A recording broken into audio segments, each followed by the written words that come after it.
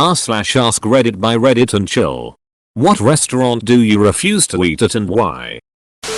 Chili's. I went a few years ago with my mom and made the horrible decision to get a side of chili lime rice. I ate maybe 3 bites because it didn't taste good. Those 3 bites didn't seem to get along well with my body at all. Unfortunately, Chili's was the first stop before hitting the store to do our weekly grocery shopping. At the store, I had to make a run for the bathroom twice.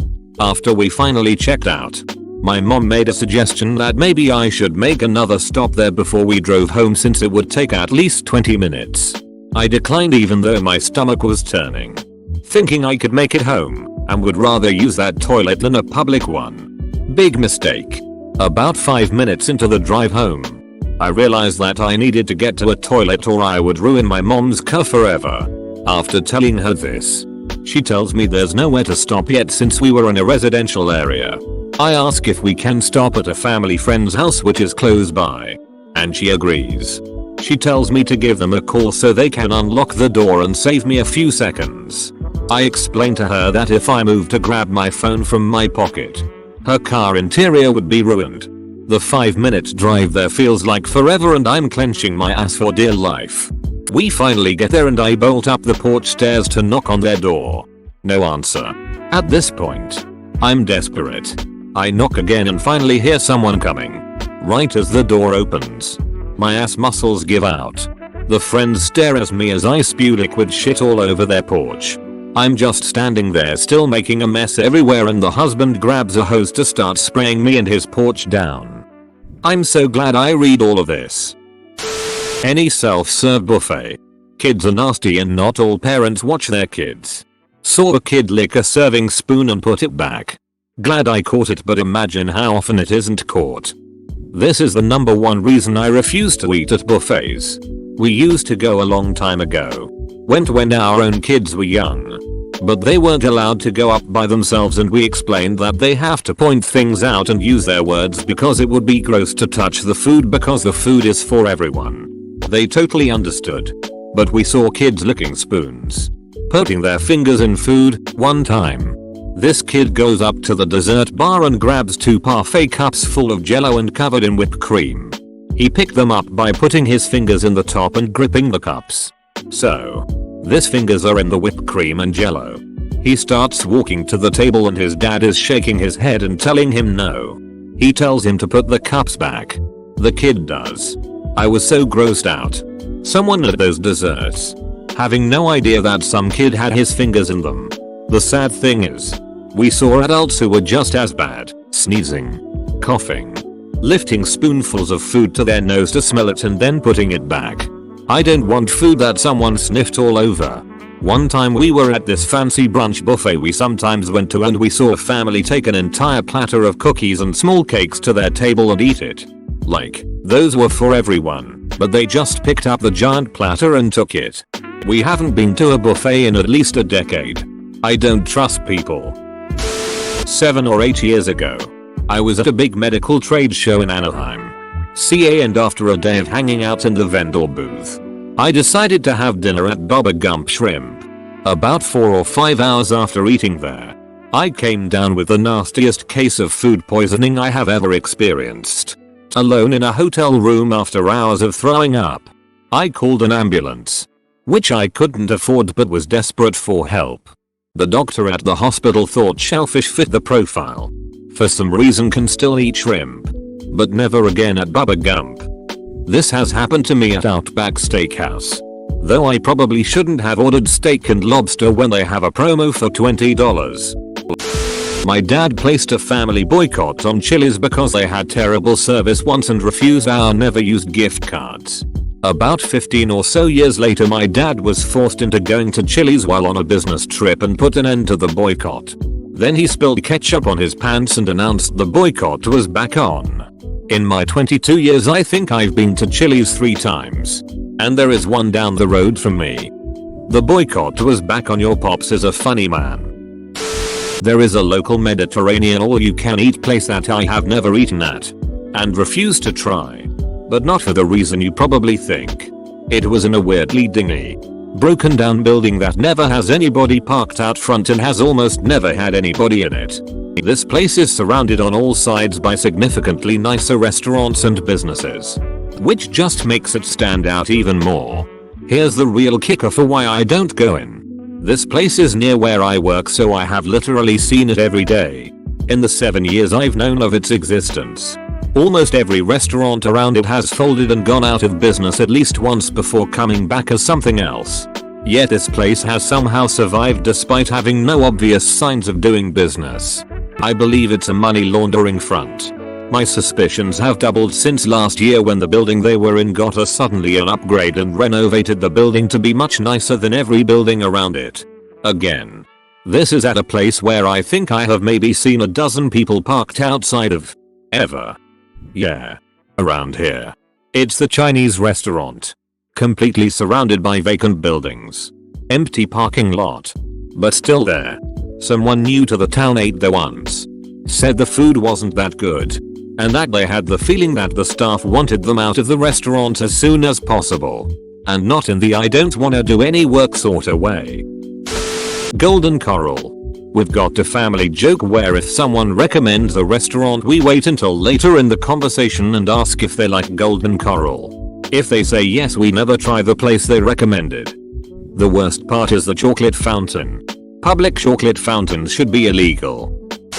My dad refuses to eat at Papa Murphy's because when I was in high school I applied there, had an interview, and was told I was hired and that they would contact me with starting info. Then never contacted me. Lucky you. Not any in particular, but there was one case worthy of bringing up. Was on the road from the airport to our lodgings in Jacksonville area. Wife wanted to eat, so we saw Denny's and stopped. I went into the bathroom to freshen up. While doing my business, I noticed the 2 stalls were occupied. No big deal. I finish up just as the one guy leaves. In the mirror I see him with a cook's apron on.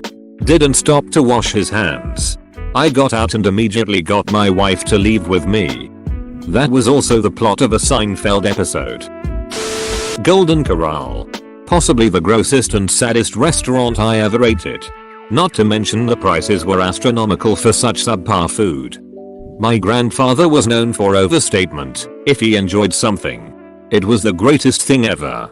If someone was intelligent, they were the smartest person ever. You get the idea. So one day, he was telling me about this restaurant in town that he and his wife had tried. And it had the best food ever. I asked where, expecting that maybe it was a new joint that even if it wasn't the best, was probably worth checking out. His answer: Golden Corral. Okay. Grandpa. That was one recommendation of his I didn't take. I'll preface this by saying I absolutely love sushi. Or loved. For a time. Over a year ago now. I went out for sushi with my so and some friends one Friday night at a local place we just discovered and thought, wow. This place ain't bad. Might be a regular place to go to now. In the 12 hours that followed were the most harrowing my bowels had ever experienced. I was being punched out of my butt. Then proceeded to puke for about 20 minutes straight. Between this diarrhea-fueled anger my body was going through and the exorcist vomiting that followed, I had the maddest chills and could not stop shaking. Once the demon was expelled from me, my so went through the exact same thing. She knew what I had just gone through was exactly what she was going to go through. And her clock was ticking. So our Friday night was us both agonizingly punishing our toilet until daylight. And the rest of that weekend was spent eating nothing but crackers and toast and drinking water in our house coats. The friends we were with went through the exact same thing that weekend. So it wasn't a one-off or anything like that. Last I checked, the place is now closed. No doubt from other patrons going through what we all did. So yeah, that place. I still, to this day, cannot eat sushi. It sucks. This Nepalese family bought a pizza joint near my house and does both the old menu and sushi and Chinese food. The guy who owns it used to be the sushi roller at one of the better sushi spots in town. So I figured I'd give it a try. Now that it's his own place, he just doesn't care at all. I literally saw him roll a roll, set it aside to roll the next one, and have the whole thing roll off the cutting board into the trash. He fished it out, dusted it off, cut it up and put it in the takeout box, and sent it out. I decided to switch to a calzone. While I'm waiting, he goes to cook something with chicken. He seasons the chicken on one cutting board, sautés it, then puts it right back on the same bloody cutting board he seasoned it on to cut it up. In Canada, any national pizza chain if I can help it, ingredient quality just sucks balls when you need distribution like that. It's okay. You can say Boston Pizza out loud. Applebee's. My grandparents used to force our whole family to go there at every family get together. It's just overpriced TV dinners. Half the menu isn't even edible. A quesadilla burger makes no sense. You can't even hold it. Damn millennials. Why don't you eat at our shitty chain restaurants? I've told this before, but I'll do it again for shits and giggles. I will never eat at Arby's again. Once upon a time, at a Treasure Coast, Florida Arby's, I decide I'm hungry and snag myself a nice, messy barbecue sandwich. Every time I ate them, I always lamented how they'd be better with a slightly toasted bun. Well, I make my order, pay, sit down and take a bite.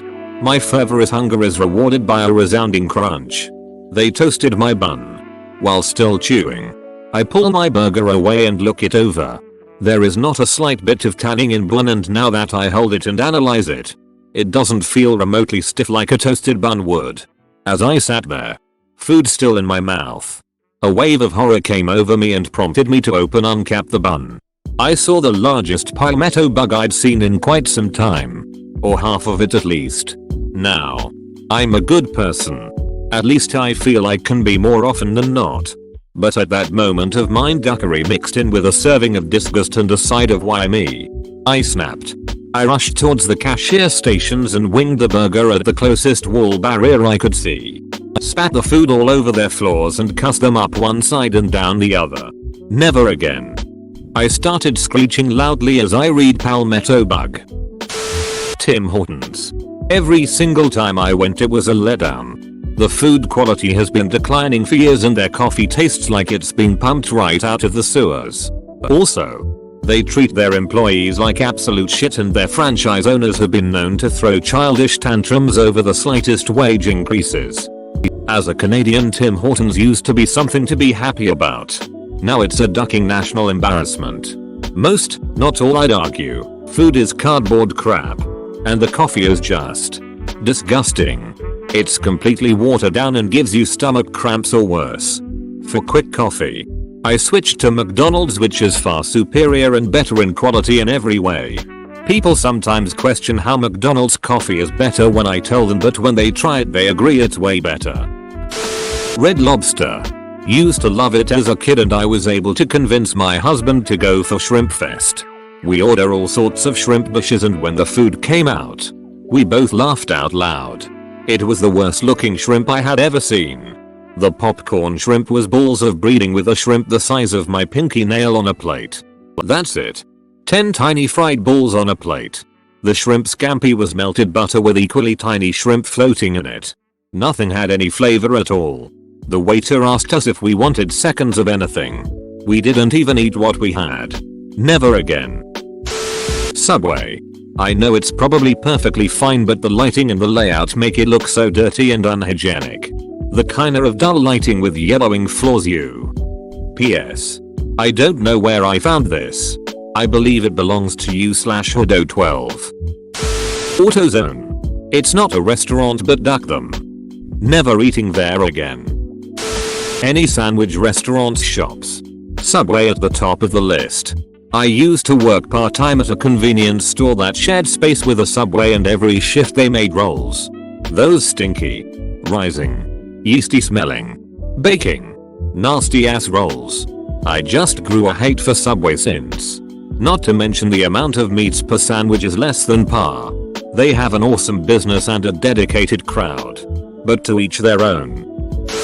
Nando's. Ever since pretty much every local Asian takeaway started selling piri piri chickens. So many around now at half the price Nando's are. I've been well aware of the hype around Nando's, but until last year had never been. I went 3 times. Every time with friends. And every time found myself wondering what the duck everyone was going on about. It was bog standard chicken, lukewarm cheap mash, overcooked sweet corn, and for a surprisingly large amount of money given the portion sizes. I really don't understand the popularity. Ducking, like and subscribe.